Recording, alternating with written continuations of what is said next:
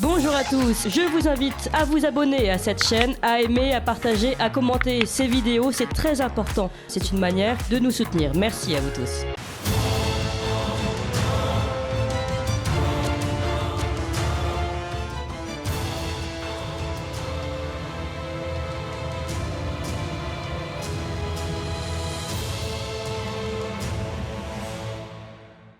Et oui, chers auditeurs, le jour de gloire est enfin arrivé. La droite des valeurs est de retour. Dimanche dernier, 21 mai, les trois têtes d'affiche de LR, Olivier Marleix, Éric Ciotti et Bruno Retailleau, ont révélé au JDD leur plan pour l'immigration. Alors les mots d'ordre, unité, détermination, réalisme.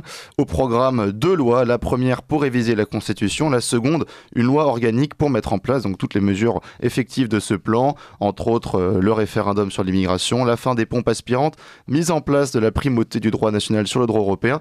Sauf que quelques observateurs un peu mauvais esprit ont relevé quelques rares accointances avec un autre programme politique. Et pour en parler ce matin, nous sommes avec Yohann Gillet. Bonjour Yohann Gillet. Bonjour. Vous êtes donc député RN de la première circonscription du Gard, référent RN pour l'immigration. Et effectivement, voilà, on peut se poser des questions quand on voit ce programme de LR, puisque voilà, il y a quelques fois où ça rejoint un petit peu les propositions du Rassemblement national. Quelquefois copier-coller. Voilà. Non mais enfin écoutez, si les dirigeants de LR ont pris conscience des choses, tant mieux. Permettez-moi d'en douter quand même. Vous savez, avec les LR, avec autrefois l'UMP, on a été habitué pendant des années à ce qu'ils aient des propos durs en la matière, qu'ils fassent des constats réels, et puis que derrière, au pouvoir, ils fassent l'inverse. Donc malheureusement, je crois juste qu'ils sont en train d'essayer de sauver leurs fesses pour les quelques cadres dont nous parlons qui ont présenté ce plan sur l'immigration. Force est de constater qu'ils admettent que Marine Le Pen a raison puisqu'ils reprennent mot pour mot ses propositions. Voilà tout ce que j'ai à dire, c'est ça. C'est que, encore une fois, ils sont en train de mentir à leurs électeurs, tout simplement. Enfin, ils l'admettent aujourd'hui, mais il y a quelques mois, pendant la présidentielle, par exemple, ces mêmes mesures, ils les disaient inapplicables.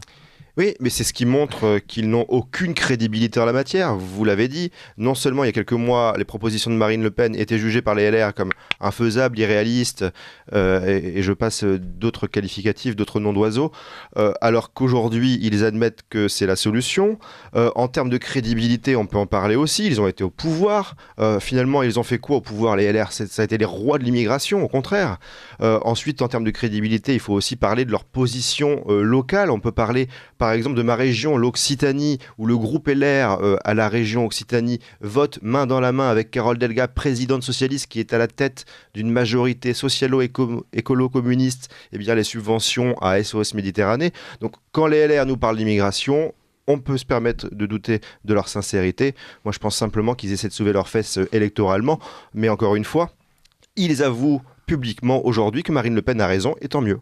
Effectivement, et même on peut se dire, c'est assez marquant de voir par exemple CLR réaffirmer aujourd'hui par exemple la primauté du droit national sur le droit européen, alors que c'était une sorte de colonne sur laquelle il s'était astreint depuis plutôt 30 ans. Donc on voit vraiment que c'est plus une mesure politique que véritablement, une mesure politicienne dans le but de redorer son image, que véritablement destinée à faire changer les choses. Je vous propose quand même d'écouter un petit extrait d'un débat qui a eu lieu sur Public Sénat hier. L'intervenant s'appelle Benjamin Morel, c'est un constitutionnaliste. Il revient sur cette mesure, mais sur le plan juridique, et puis je vous propose de réagir ensuite après. Alors, d'un point de vue politique, c'est plutôt intelligent, mais je laisserai peut-être Yves commenter, je dirais, l'aspect plutôt tactique. Ensuite, oui, c'est-à-dire que, vous savez, beaucoup de choses qui ont été dites pendant la campagne présidentielle, notamment le programme migratoire de Valérie Pécresse, mais pas que, lorsqu'on interrogeait les juristes, on passait notre temps à dire c'est pas constitutionnel, et c'est important parce que c'est également l'un des objets de la proposition de loi, c'est pas conventionnel, c'est contraire au traité européen. Que vise à faire la proposition de loi LR? Justement, à pouvoir déroger. Mais là, il y a deux limites. Parce que vous avez une proposition de loi ordinaire qui est conditionnée pour être applicable à la proposition de loi constitutionnelle. Mais là, déroger au traité européen, pourquoi pas? Mais ça implique de déclarer la guerre à la CJUE. Vous voyez, la Pologne, la Hongrie, toutes les batailles qu'il peut y avoir aujourd'hui au niveau européen, ça implique d'être dans cette démarche-là.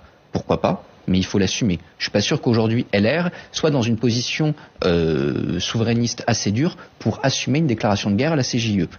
Premier élément. Deuxième élément, une proposition de loi, il faut la majorité dans les deux chambres.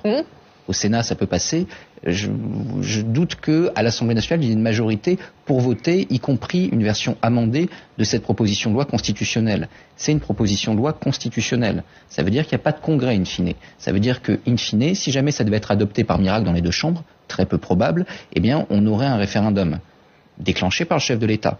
Voyez-vous, Emmanuel Macron soumettre ça à référendum, très très peu probable. Donc on est dans des propositions de loi d'affichage, très très clairement, la probabilité que tout ça arrive au bout est à peu près égale à 0. Voilà, donc on voit très bien clairement les limites qui sont émises dans cette loi, même sur la mise en application. Étant donné que votre parti propose sensiblement les mêmes choses, est-ce que vous avez les moyens de faire appliquer ces lois, d'abord sur le plan de la lutte contre, de la primauté du droit national sur le droit européen, et puis ensuite sur cette manière de faire voter la loi à l'Assemblée, au Sénat, et puis ensuite la soumettre au référendum? Demain, quand Marine Le Pen sera élue présidente de la République, oui, nous aurons les moyens de l'appliquer. Aujourd'hui, évidemment, la situation politique est telle qu'il serait peu probable que les deux chambres puissent voter un tel texte. En revanche, oui, demain, nous serons en mesure d'appliquer tout simplement nos propositions.